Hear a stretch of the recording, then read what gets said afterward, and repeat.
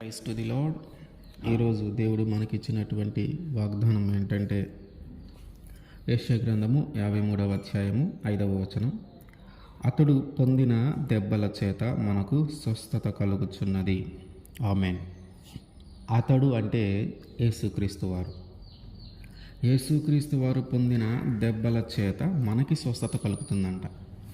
స్వస్థత కలగటం అంటే మనకి ఏదైనా రోగము కానీ, ఏదైనా వ్యాధి కానీ, ఏదైనా అనారోగ్యము కానీ మనకి కలిగినప్పుడు ఆ వ్యాధి నుంచి, ఆ రోగము నుంచి, ఆ అనారోగ్యము నుంచి మనము విడిపింపబడితే, ఎప్పుడైతే మనము విడిపించబడతామో, ఎప్పుడైతే ఆ రోగము మనలో నుంచి వెళ్ళిపోతుందో అప్పుడు మనకి స్వస్థత కలిగింది అని అంటాం. అంటే మనకు కలిగినటువంటి వ్యాధిని తొలగించటానికి ఆయన దెబ్బలు తింటున్నాడంట. అంటే ఆయన దెబ్బలు తినటం వల్ల మనకి కలిగినటువంటి ఆ వ్యాధి మనలో నుంచి వెళ్ళిపోతుంది. ఇప్పుడు వ్యాధి మనలో ఉంది, రోగం మనలో ఉంది, అనారోగ్యం మనలో ఉంది. ఏదైనా దెబ్బలు తిన్నా, గాయపరచబడినా, ఏం చేసినా అది మనకి జరగాల. మనకి జరిగి మన శరీరము గాయముల పాలయ్యి మనము స్వస్థత పొందాలి. కానీ ఆయన దెబ్బలు తింటా ఉన్నాడంట. రోగం వచ్చింది మనకి, అది బాగు చేయబడాలంటే కొన్నిసార్లు మనకి ఆపరేషన్ చేసి ఒంటికి గాయం చేసి కుట్లేస్తారు. అట్లా మన ఒళ్ళు గాయపరచబడాలా, మన ఒళ్ళు నలిగిపోవాలా, అప్పుడు మన వ్యాధి తగ్గిపోవాలి. కానీ మనకి కలిగినటువంటి వ్యాధికి ఆయన దెబ్బలు తింటా ఉన్నాడు. ఆయన ఎప్పుడైతే దెబ్బలు తింటున్నాడో, ఆయన ఎప్పుడైతే నలగొట్టబడతా ఉన్నాడో, ఆయన ఎప్పుడైతే ఆ శిక్షను భరిస్తూ ఉన్నాడో అప్పుడు మనకి స్వస్థత కలుగుతుందంట. అప్పుడు మనకి ఆ వ్యాధి మనలో నుంచి తొలగిపోతుందంట.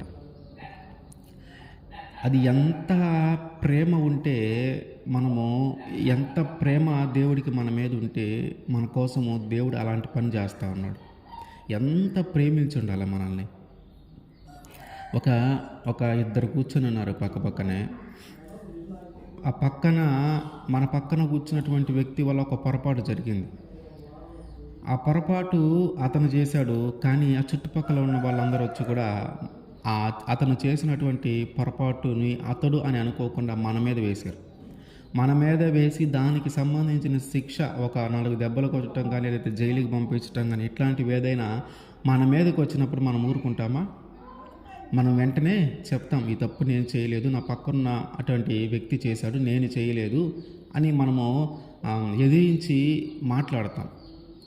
అట్లా కాకుండా మన పక్కన కూర్చున్నటువంటి వ్యక్తి, మనకి బాగా ఇష్టమైన వ్యక్తి, మనము బాగా ప్రేమించేటటువంటి వ్యక్తి, మన కుటుంబ సభ్యుడు కావచ్చు, ఎవరైనా కావచ్చు, అతను అంటే మనకి చాలా ఇష్టము. ఆమె అంటే లేదా మన పక్కన కూర్చున్నటువంటి వ్యక్తి మనకి చాలా ఇష్టమైన వ్యక్తి కూర్చున్నారు.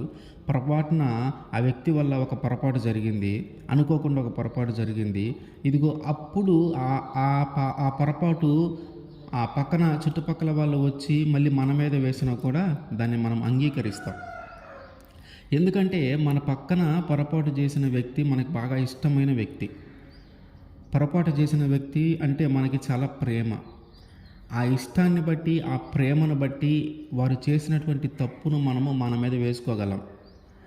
ఆ శిక్షకు, ఆ తప్పు ఏదైతే ఉందో దానికి సంబంధించిన శిక్షను కూడా మనము భరించడానికి ఇష్టపడతాం.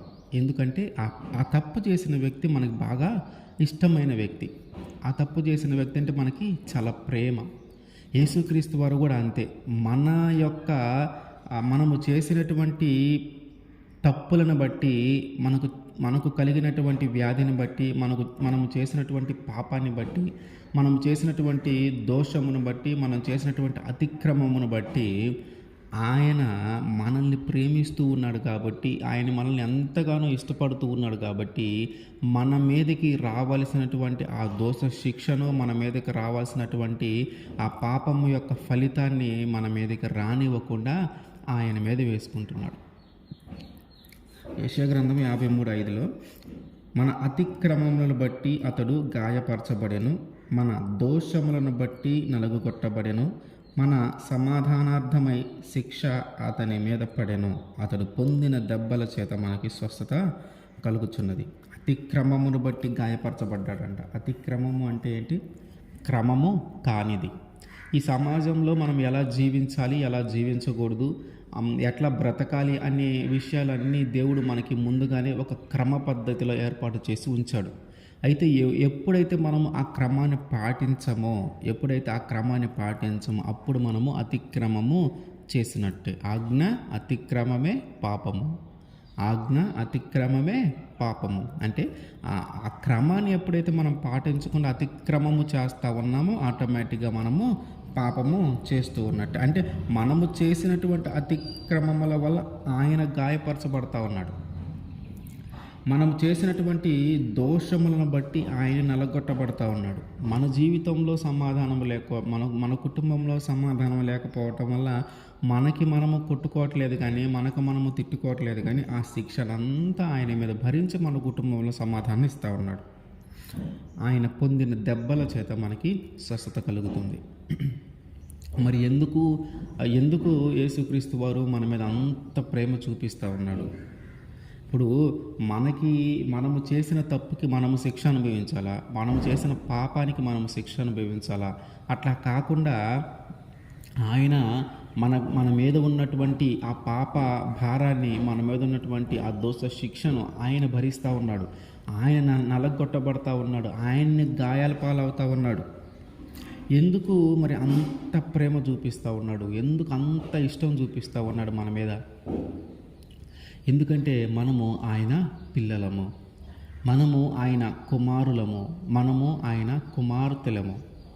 మనమంటే ఆయనకి చాలా చాలా ఇష్టం, మనమంటే ఆయనకి చాలా చాలా ప్రేమ. ఈ లోకంలో ఉన్నటువంటి నిన్ను ఎవ్వరూ ఇష్టపడకపోయినా నువ్వు బాధపడవలసిన పని లేదు. ఎందుకంటే నిన్ను ఇష్టపడేవారు ఒకరు ఉన్నారు, ఆయనే యేసుక్రీస్తు వారు. ఈ లోకంలో ఎవరైనా నిన్ను ప్రేమించకపోయినా నువ్వు దిగులు పడవలసిన పని లేదు. ఎందుకంటే నిన్ను ప్రేమించే వాళ్ళు ఎంతో ఇష్టంగా, ఎంతో ప్రేమగా ప్రేమించేవారు ఒకరు ఉన్నారు, ఆయనే యేసుక్రీస్తు వారు. ఆయన ఎల్లప్పుడూ నిన్ను ప్రేమిస్తూనే ఉంటాడు. ఆయన ఎల్లప్పుడూ నిన్ను ఇష్టపడుతూనే ఉంటాడు. ఈ లోకంలో ఉన్నటువంటి ప్రేమ లేదా ఈ లోకంలో ఉన్నటువంటి ఇష్టము, నువ్వు ఏదైనా ఒక పొరపాటు చేసినప్పుడు, వాళ్ళకి ఏదైనా నచ్చని పని నువ్వు చేసినప్పుడు, వాళ్ళకి ఇష్టం లేని పని నువ్వు చేసినప్పుడు, వారికి నీ మీద ప్రేమ తగ్గిపోవచ్చు, వారికి నీ మీద ఇష్టము తగ్గిపోవచ్చు. కానీ యేసుక్రీస్తు వారి ప్రేమ అట్లా ఉండదు. యేసుక్రీస్తు వారి ప్రేమ శాశ్వతమైనది. ఆయన ఎల్లప్పుడూ నిన్ను ప్రేమిస్తూనే ఉంటాడు.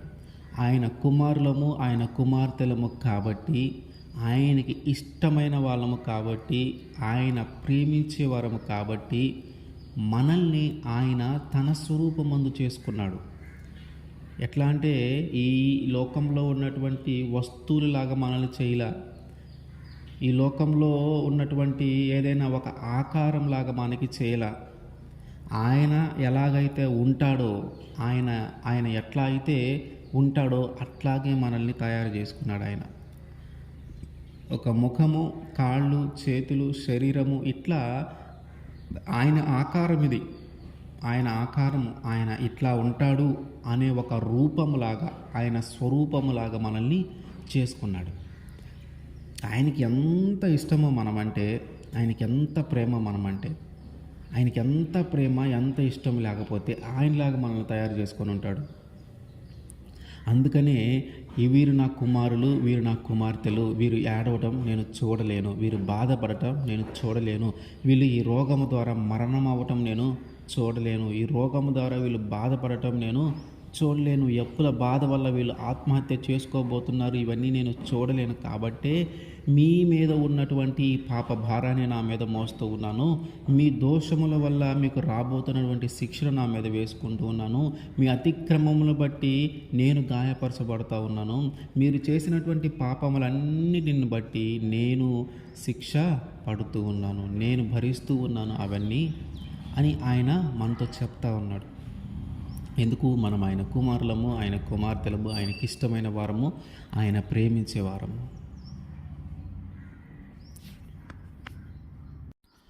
మనము పాపములోనే ఉండి చనిపోవటం ఆయనకి ఇష్టం లేదు. ఆయన మనల్ని ప్రేమించేవాడు కాబట్టి ఆయన ఆశించేది ఏంటంటే ఆయనతో పాటు మనము ఉండాలని. ఆయన కుమారులము కాబట్టి, ఆయన కుమార్తెలము కాబట్టి ఆయనతో పాటు మనము ఉండాలని.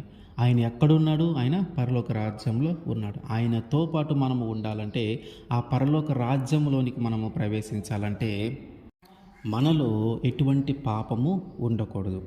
మనలో ఎటువంటి దోషము ఉండకూడదు. మనలో ఎటువంటి అతిక్రమము మనలో కనిపించకూడదు.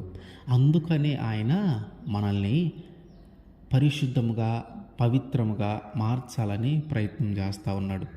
ఆ పాపములోనే ఉండి నువ్వు మరణిస్తే నువ్వు నిత్య నరకానికి వెళ్తావు కానీ నిత్య జీవానికి వెళ్ళవు. ఆ పాపములోనే ఉండి నువ్వు మరణిస్తే పాతాళానికి వెళ్తావు కానీ పరలోకానికి వెళ్ళవు. ఆ పాపములోనే ఉండి నువ్వు మరణిస్తే నీవు ఆ నిత్య జీవాన్ని పొందుకోవటానికి అర్హుడవి కావు. అందుకని ఆయన ఏమంటున్నాడంటే, మీరు చేసినటువంటి అన్ని పాపాలను నేను భరించుకుంటూ వస్తున్నాను. మీకోసము నేను మొదటిసారి వచ్చినప్పుడు మీ పాపము నిమిత్తము నేను సిలువ వేయబడ్డాను. మనం బాగా ఆలోచిస్తే నేను చేసిన పాపాన్ని బట్టి, అట్లాగే నీవు చేసినటువంటి పాపాన్ని బట్టి కానీ, మనం అందరము చేసినటువంటి పాపాన్ని బట్టి కానీ కాదు, కానీ ఈ సమస్తము, ఈ భూమి మీద ఉన్న సమస్త జనులు, ఈ భూమి మీద ఉన్నటువంటి సమస్త జనులు చేసిన పాపమును బట్టి ఆయన సిలువ వేయబడ్డాడు. ఆయన ఎందుకు సిలువ వేయబడ్డాడంటే, మనము చేసిన పాపముల ఫలితము, వాటికి సంబంధించిన శిక్షలన్నిటి నుంచి మనల్ని తొలగించి, ఆయన సిలువలో కాచినటువంటి ఆ రక్తము ద్వారా మనల్ని కడిగి పవిత్రముగా మార్చడానికి ఆయన రక్తాన్ని చిందించి ఆయన శరీరానికి గాయాలు చేయబడ్డాయి. ఆయన శరీరానికి గాయాలు చేయబడి ఆయన రక్తము చిందించి మనము చేసిన ఆ దోష శిక్షలన్నిటి నుంచి మనల్ని విడిపించి మనల్ని పరిశుద్ధముగా మార్చటానికి, మనల్ని పవిత్రులుగా మార్చటానికి ఆయన ఆ శిక్షను అనుభవించాడు. ఆయన ఆ శిక్షను అనుభవించి మనల్ని పవిత్రులుగా మార్చాడు. మన కోసము ఆయన ప్రాణము పెట్టి, ఆయన రక్తాన్ని చిందించి, ఆయన శరీరము గాయాల పాలయ్యి నలగొట్టబడి ఇంత శ్రమలు అనుభవించి మనల్ని పవిత్రులుగా మారిస్తే, మనల్ని పరిశుద్ధులుగా మారిస్తే, మనము ఇంకా లోకము వైపు చూస్తూ ఉన్నాం. మనము ఇంకా లోక ఆశల వైపు పరిగెడతా ఉన్నాం. మనం ఇంకా లోకము వైపే చూస్తూ ఉన్నాం. మన కోసం ప్రాణం పెట్టిన వ్యక్తి ఒకరున్నారు. మన కోసము రక్తము చిందించిన వ్యక్తి ఒకరున్నారు. మనల్ని ప్రేమించే వ్యక్తి, మనల్ని ఎంతగానో ఇష్టపడే వ్యక్తి మన కోసం ప్రాణం పెట్టాడు. మనం ఆయన వైపు చూడట్లా, మనము లోకం వైపు చూస్తూ ఉన్నాం, లోక ఆశల వైపు చూస్తూ ఉన్నాం. ఇంకా మన పాప శిక్ష మన మీదకి రాకుండా, మన దోష శిక్ష మన మీదకి రాకుండా, మన అతిక్రమముల పాపము మన మీదకి రాకుండా ఆయన మీద వేసుకొని ఆయన ప్రాణము మన కోసం విడిచిపెడితే, మనం ఆయన్ని గమనించకుండా, ఆయన వైపు చూడకుండా, ఆయన మీద ఆధారపడకుండా, ఆయన్ని సేవించకుండా ఈ లోకంలో మన ఇష్టానుసారంగా మనము జీవిస్తూ ఉన్నాం. ఆయన ప్రాణము పెట్టి రక్తాన్ని కార్చింది ఎందుకు? మనము పాపంలో పడిపోకుండా ఉండాలని, మనం అదే పాపంలో ఉండి చనిపోకూడదని, మనం అదే పాపంలో ఉండి మరణం అవ్వకూడదని. ఎందుకు అదే పాపంలో ఉండి మనము మరణం అవ్వకూడదు అంటే, ఆ పాపములో ఉండి నువ్వు మరణమైతే నువ్వు పరలోక రాజ్యంలోనికి ప్రవేశించలేవు. ఆ పాపములోనే ఉండి నువ్వు మరణిస్తే నువ్వు దేవునితో పాటు నువ్వు జీవించలేవు. ఆయన కోరుకునేదేంటి? మీరందరూ నాతో పాటు ఉండాలి, నేను మిమ్మల్ని ఎంతో ఇష్టంగా చేసుకున్నాను, నేను మిమ్మల్ని ఎంతో ఇష్టంగా ప్రేమిస్తూ ఉన్నాను అని ఆయనతో పాటు మనం ఉండాలని ఆయన ఆశపడతా ఉంటే, ఆయనతో పాటు ఉండటానికి మనం ఏమేమి చేయాలో అవన్నీ ఆయన చేస్తూ మనల్ని ముందుకు నడిపిస్తూ ఉంటే, మనము మాత్రము ఆ పరలోక రాజ్యంలోనికి ప్రవేశించాలని ఆలోచనే లేకుండా, అట్లాంటి తలంపే లేకుండా మనము జీవిస్తూ ఉన్నాం. పరలోక రాజ్యంలో ప్రవేశించాలి, నా తండ్రి నన్ను ఇంత ఇష్టంగా పెంచుకున్నాడు, నా తండ్రి నన్ను ఎంత ఇష్టంగా చూసుకున్నాడు, నా తండ్రి నన్ను ఎంతగా ప్రేమిస్తూ ఉన్నాడు, ఆయన ఎంతగా ప్రేమిస్తే ఆయన స్వరూపమందు నన్ను చేసుకున్నాడు, ఆయన ఎంతగా ప్రేమిస్తే నా కోసం ఆయన ప్రాణం పెట్టాడు, నా కోసం ఆయన రక్తం చిందించాడు అనే ఆలోచన మనకి రావట్లా. ఎంత ప్రేమిస్తే ఒక మనిషి ప్రాణం పెడతాడు? మన కోసం ఎవరైనా ప్రాణం పెట్టే వాళ్ళు ఉన్నారా? సొంత తల్లి అయినా, సొంత తండ్రి అయినా, భర్త అయినా, భార్య అయినా ఒకరి కోసము ఒకరి ప్రాణము పెట్టరు. ఒకరి కోసము ఒకరు ప్రాణము పెట్టరు. మన కోసము ప్రాణం పెట్టిన వ్యక్తి ఎవరైనా ఉన్నారంటే అది యేసుక్రీస్తు వారే. మన కోసము రక్తం చిందించిన వారు ఎవరైనా ఉన్నారంటే అది యేసుక్రీస్తు వారే. మనము చేసిన పాపాన్ని, మనము చేసిన దోషాన్ని ఆయన భరించుకొని సిలువలో ఆయన మన కోసము బలి అయ్యాడు. మరి మనం అలాంటి వ్యక్తిని మనము ఆరాధించుకోవాలా? మన కోసం ప్రాణం పెట్టినటువంటి వ్యక్తిని మనం పూజించుకోవాలా? అలా కాకుండా ఆయన గురించే మనం పట్టించుకోకుండా, ఆయన గురించి ఆలోచన మనము చేయకుండా మన ఇష్టానుసారంగా మనము జీవిస్తూ ఉన్నాం. మన ఇష్టానుసారంగా మనం బ్రతుకుతూ ఉన్నాం. 2 కొరింథీ 11:23. వారు క్రీస్తు పరిచారకుల వెర్రివాని వలె మాట్లాడుచున్నాను.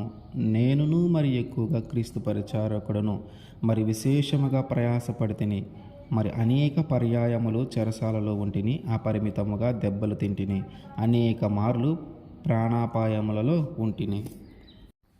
పౌలు గారు కొరింథీయులకు రాసినటువంటి 2వ పత్రికలో ఒక సేవకుడు ఎలా ఉండాలి, ఒక సేవకుడిగా నేను, ఆయన పరిచారకుడిగా నేను ఇట్లా ఉన్నాను, ఆయన ఎలా అయితే దెబ్బలు తిన్నాడో నేను కూడా అట్లాగే దెబ్బలు తింటా ఉన్నాను అనే విషయము చెప్తా ఉన్నాడు. ఎందుకు అంటే, ఎలాగైతే యేసుక్రీస్తు వారు మన కోసము నలిగిపోతాయి, మన కోసము రక్తాన్ని చిందించి మనము పాపంలో పడిపోకుండా ఉండాలని ఆశపడతా ఉన్నాడో, అట్లాగే దేవుని సేవను చేసేటటువంటి వారు, దేవుని సువార్తను ప్రకటించేటటువంటి వారు, కాపరులు, మన సంఘ కాపరులు అందరూ కూడా మనకు కలిగినటువంటి రోగము కోసము వారు ఉపవాసం ఉండేవారు. మనకు కలిగినటువంటి వ్యాధి కోసము వారు ఉపవాసం ఉండి ప్రార్థించేవారు.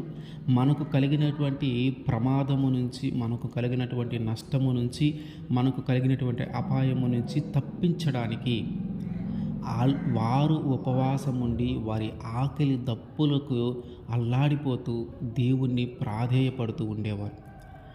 మనకు కలిగినటువంటి నష్టాన్ని పూరించడానికి, మనకు కలిగినటువంటి అప్పుల నుంచి మనము బయటపడటానికి వారు శ్రమపడేవారు, వారు నలిగిపోయేవారు.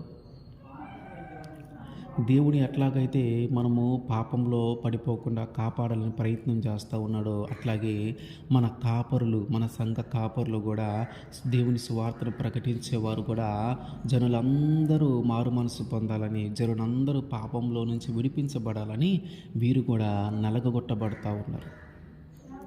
వీరు ప్రార్థన చేసినప్పుడు ఒక వ్యక్తికి ఒక స్వస్థత రావాలి.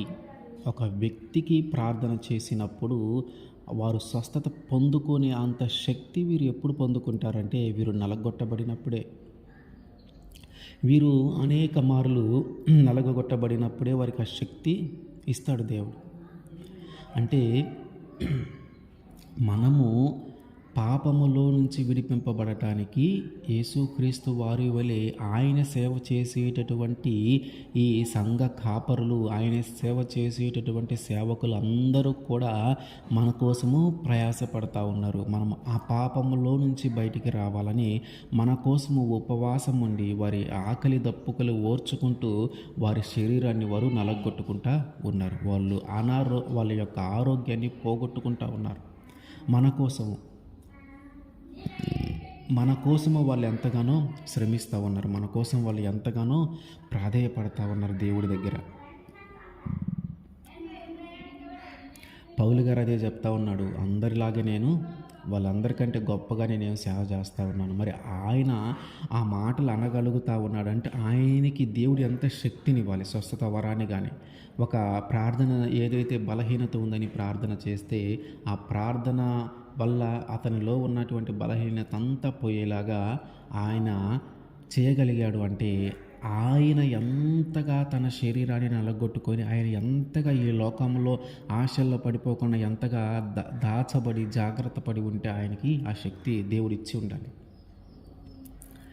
మనము పాపంలో పడిపోకుండా అదే పాపంలో ఉండి మనం మరణించకుండా ఉండటానికి మన సేవకులు కూడా చాలా ప్రయత్నాలు చేస్తూ ఉన్నారు. మన సేవకులు కూడా వారి ప్రాణము తెగించల్లా వారి వారి యొక్క ఆహారము తీసుకోకుండా వారి ఆకలి దప్పులు పడుతూ వారి శరీరాన్ని నలగొట్టుకుంటూ వాళ్ళ అనారోగ్యాన్ని తెచ్చుకుంటూ మన కోసం ఎంతగానో ప్రాధేయపడతా ఉన్నారు. మన కోసం ఎంతగానో శ్రమిస్తూ ఉన్నారు.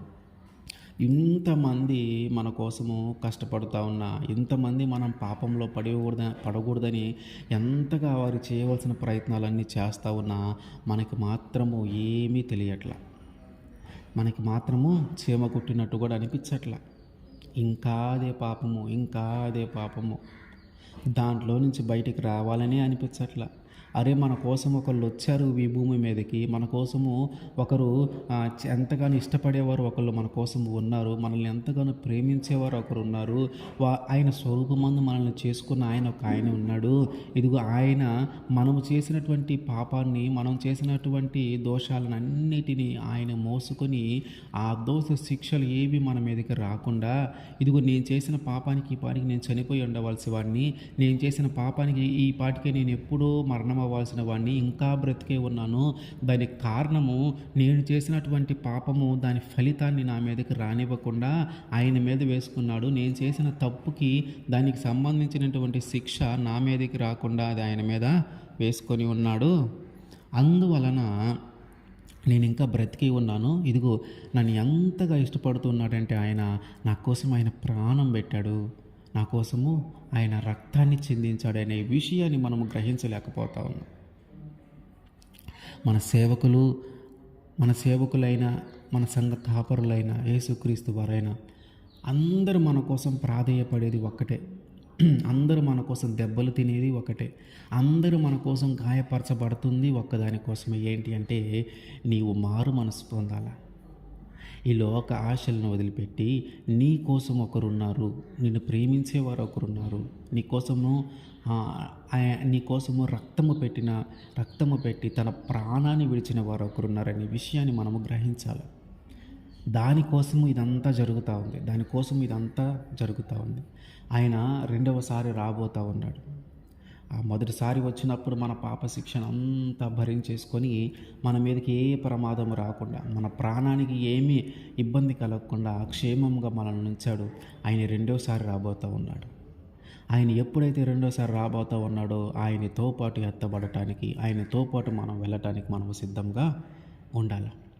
ఆయనతో పాటు మనము వెళ్ళటానికి మనము సిద్ధంగా ఉండాలి. అందుకని ఆయన మీ మీద ఉన్న పాపాన్నంతా నేను తీసివేస్తూ ఉన్నాను, మీ మీద ఉన్నటువంటి దోషాలన్నిటిని శిక్ష నేను భరిస్తూ ఉన్నాను మీ మీదకి రాకుండా. కాబట్టి ఇక నుంచైనా నువ్వు పవిత్రంగా జీవించు, ఇక నుంచైనా నువ్వు పరిశుద్ధంగా జీవించు, ఇక నుంచైనా నువ్వు బాప్తిసం పొందుకొని నా దగ్గర ఉండటానికి, పరలోక రాజ్యంలో ప్రవేశించడానికి, నిత్య జీవాన్ని పొందుకోవడానికి నువ్వు సిద్ధంగా ఉండు. నేను ఎప్పుడైతే రెండవ రాకల్లో నేను వస్తానో నాతో పాటు ఎత్తబడటానికి నువ్వు సిద్ధంగా ఉండు అని ఆయన మనకి చెప్తున్నాడు. ఆయన పొందినటువంటి దెబ్బల చేత మాత్రమే మనకి స్వస్థత కలుగుతూ ఉంది.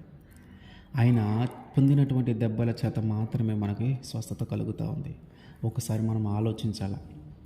మనకు అనారోగ్యం వస్తే మన శరీరాన్ని కోసి, మన శరీరాన్ని కుట్లేసి, మన శరీరాన్ని గాయపరిస్తే మనలో ఉన్నటువంటి ఆ వ్యాధి పోయే రోజులు. కానీ దేవుడు ఏమంటున్నాడు? అవి ఏమి నీ శరీరం మీద ఏ గాయము కాకుండా, నీ శరీరం మీద ఏ ఘాట్లు పడకుండా, నీ శరీరము నలగొట్టబడకుండా, ఇదిగో నీ కోసం నేను నలగొట్టబడతా ఉన్నాను, నీ కోసం నేను గాయాల పాలవుతూ ఉన్నాను. నా ద్వారా నాకు కలిగినటువంటి గాయాల ద్వారా, నాకు కలిగినటువంటి ఈ దెబ్బల చేత నీకు స్వస్థత, నీలో ఉన్నటువంటి అనారోగ్యము, నీలో ఉన్నటువంటి అజ్ఞానము తొలగిపోతుంది. దేవుడు ఆ విధంగా మనతో మాట్లాడుతూ ఉన్నాడు. ఆమేన్.